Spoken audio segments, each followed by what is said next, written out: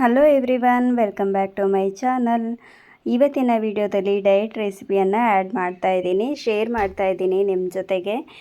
ನೋಡ್ತಾ ಇರ್ಬೋದು, ಓಟ್ಸನ್ನು ಯೂಸ್ ಮಾಡಿಕೊಂಡು ಮಾಡ್ತಾ ಇದ್ದೀನಿ. ತುಂಬ ಯಮ್ಮಿಯಾಗಿರುತ್ತೆ. ನಾವು ವೆಯ್ಟ್ ಲಾಸ್ ಮಾಡಬೇಕಾದ್ರೆ ಈ ಥರ ಯೂಸ್ ಮಾಡಿಕೊಂಡು ಮಾಡ್ತಾಯಿದ್ರೆ, ಇಂಗ್ರೀಡಿಯೆಂಟು ಬೇರೆ ಬೇರೆ ಯೂಸ್ ಮಾಡ್ತಾಯಿದ್ರೆ ನಮಗೆ ಗೊತ್ತೇ ಆಗೋದಿಲ್ಲ. ಏನಾದರೂ ಬೇರೆ ಬೇರೆ ಮಾಡಿ ತಿನ್ನಬೇಕು ಅಂತ ಕೂಡ ಅನ್ನಿಸ್ತಾ ಇರುತ್ತೆ. ಸೊ ಹಾಗಾಗಿ ನೋಡ್ತಾ ಇರ್ಬೋದು, ಇಲ್ಲಿ ರೋಲ್ಡ್ ಓಟ್ಸನ್ನು ತಗೊಂಡಿದ್ದೀನಿ. ರೋಲ್ಡ್ ಓಟ್ಸು ಒಂದು ಸಣ್ಣ ಬೌಲಷ್ಟು ತೊಗೊಂಡಿದ್ದೀನಿ. ಇದನ್ನು ಈಗ ಪೌಡರನ್ನು ಮಾಡ್ಕೊಳ್ತಾ ಇದ್ದೀನಿ. ಪೌಡರ್ ಆಗಿದೆ, ನೋಡ್ತಾ ಇರ್ಬೋದು.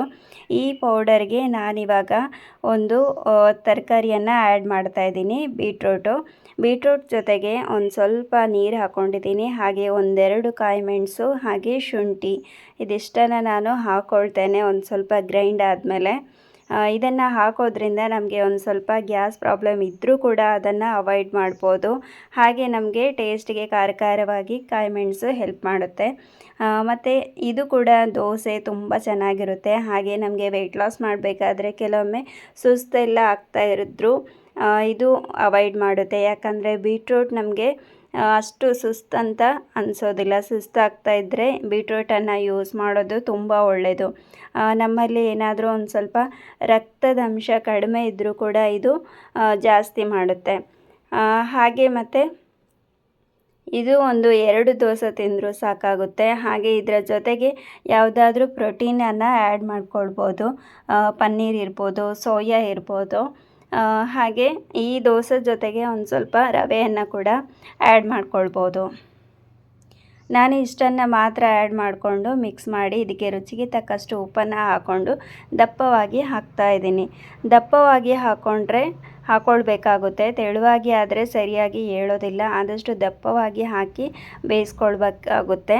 ತುಂಬ ಚೆನ್ನಾಗಿ ಬೇಯುತ್ತೆ. ಹಾಗೆ ಇದರ ಜೊತೆಗೆ ಪನ್ನೀರ್ ಅಥವಾ ಸೋಯಾ ಯೂಸ್ ಮಾಡಿಕೊಂಡು ಏನಾದರೂ ಸಲಾಡ್ ಮಾಡಿದರೆ ಮಾರ್ನಿಂಗ್ ಬ್ರೇಕ್ಫಾಸ್ಟಿಗೆ ರೆಡಿಯಾಗುತ್ತೆ. ಹಾಗೆ ಇದನ್ನು ಮಾರ್ನಿಂಗ್ ಕೂಡ ನೀವು ತೊಗೊಳ್ಬೋದು, ಇಲ್ಲ ಆಫ್ಟರ್ನೂನು, ಇಲ್ಲ ಈವ್ನಿಂಗು, ಯಾವ ಟೈಮ್ ಬೇಕಾದರೂ ತೊಗೊಳ್ಬೋದು. ತುಂಬ ಅಂದರೆ ತುಂಬ ಈಸಿಯಾಗಿ ಕ್ವಿಕ್ಕಾಗಿ ಕೂಡ ಮಾಡ್ಕೊಳ್ಬೋದು ನಾವು. ನಮಗೆ ಮಾತ್ರ ವೆಯ್ಟ್ ಲಾಸ್ ಮಾಡುವವರು ಇದನ್ನು ಕ್ವಿಕ್ಕಾಗಿ ಕಡಿಮೆ ಕ್ವಾಂಟಿಟಿಯಲ್ಲಿ ತೊಗೊಂಡು ತುಂಬ ಬೇಗ ಮಾಡ್ಕೊಳ್ಬೋದು. ಹಾಗೆ ಸಲಾಡ್ ಇದ್ದರೆ ತುಂಬ ಒಳ್ಳೆಯದು ವೆಯ್ಟ್ ಲಾಸ್ ಮಾಡಬೇಕಾದ್ರೆ. ನಾನಿಲ್ಲಿ ಕ್ಯಾಪ್ಸಿಕಮ್, ಹಾಗೆ ಈರುಳ್ಳಿ, ಟೊಮೆಟೊ, ಪನ್ನೀರನ್ನು ಯೂಸ್ ಮಾಡಿಕೊಂಡು ಮಾಡಿದ್ದೀನಿ. ಲಾಸ್ಟ್ ಟೈಮ್ ನಾನು ವಿಡಿಯೋ ಶೇರ್ ಮಾಡಿದಾಗ ಅದನ್ನು ನಿಮ್ಮ ಜೊತೆ ಶೇರ್ ಮಾಡಿದ್ದೆ. ಸೊ ರೆಸಿಪಿ ಬೇಕಾದರೆ ನೋಡ್ಬೋದು, ಸಲಾಡ್ ಹೇಗೆ ಮಾಡೋದು ಅಂಥೇಳಿ. ತುಂಬ ಈಸಿಯಾಗಿ ಮಾಡ್ಬೋದು. ಹಾಗೆ ಮನೆಯಲ್ಲಿ ಒಂದು ಸ್ವಲ್ಪ ಹಾಲಿದ್ದರೂ ಕೂಡ, ಅದರಲ್ಲೂ ಡೈರಿ ಹಾಲಾದರೆ ತುಂಬ ಬೇಗ ಪನ್ನೀರನ್ನು ರೆಡಿ ಮಾಡ್ಬೋದು. ಇಲ್ಲ ಅಂದರೆ ಫ್ಯಾಟ್ ಇರುವಂಥ ಹಾಲನ್ನು ತಗೊಳ್ಬೇಕಾಗುತ್ತೆ, ಪ್ಯಾಕೆಟ್ ಹಾಲು. ಈಗ ಆಲ್ಮೋಸ್ಟ್ ನೋಡ್ಬೋದು ನೀವಿಲ್ಲಿ ತುಂಬ ಚೆನ್ನಾಗಿ ರೆಡಿಯಾಗಿದೆ ದೋಸೆ. ಈಗ ಇದಕ್ಕೆ ಸಲಾಡ್ ಕೂಡ ರೆಡಿಯಾಗಿದೆ. ಹಾಗೆ ಪನ್ನೀರ್ ಇದ್ದರೆ, ಪನ್ನೀರ್ ಅಥವಾ ಏನಾದರೂ ಪ್ರೋಟೀನ್ ಇರುವಂಥ ಐಟಮನ್ನು ನಾವು ಮಸ್ಟ್ ತಗೊಳ್ಬೇಕಾಗುತ್ತೆ. ಇದರಿಂದ ನಮಗೆ ಹಸಿವಾಗೋದನ್ನು ಅವಾಯ್ಡ್ ಮಾಡುತ್ತೆ. ಸೊ ಅದರಿಂದ ನಾವು ಸಪುರ ಆಗ್ತೇವೆ ಅಂಥೇಳಿ ಕೆಲವರಲ್ಲಿ ಇರ್ಬೋದು. ಅದರಿಂದ ಸಪುರ ಆಗೋದು ಅಂತಲ್ಲ ಪನ್ನೀರಿಂದ. ಅದರ ಬದಲಾಗಿ ನಾವು ಹಸಿವಾಗೋದನ್ನು ಅವಾಯ್ಡ್ ಮಾಡುತ್ತೆ ಪ್ರೋಟೀನ್ ಇರುವಂತಹ ಆಹಾರವನ್ನು ತಗೊಂಡಾಗ. ಈಗ ನಂದು ಫುಡ್ ರೆಡಿಯಾಗಿದೆ, ನೋಡ್ಬೋದು. ಒಂದು ಸ್ವಲ್ಪ ಸಲಾಡು ಮತ್ತು ಒಂದು ಸ್ವಲ್ಪ ಕುಕುಂಬರನ್ನು ತೊಗೊಂಡಿದ್ದೀನಿ ಸೈಡಿಗೆ. ಮುಂದೆ ಇನ್ನೂ ಇಂಟ್ರೆಸ್ಟಿಂಗ್ ವೀಡಿಯೋಸ್ ಇರ್ಬೋದು. ಹೀಗೆ ವೆಯ್ಟ್ ಲಾಸ್ ರೆಸಿಪೀಸನ್ನು ಆ್ಯಡ್ ಮಾಡ್ತಾ ಇರ್ತೀನಿ.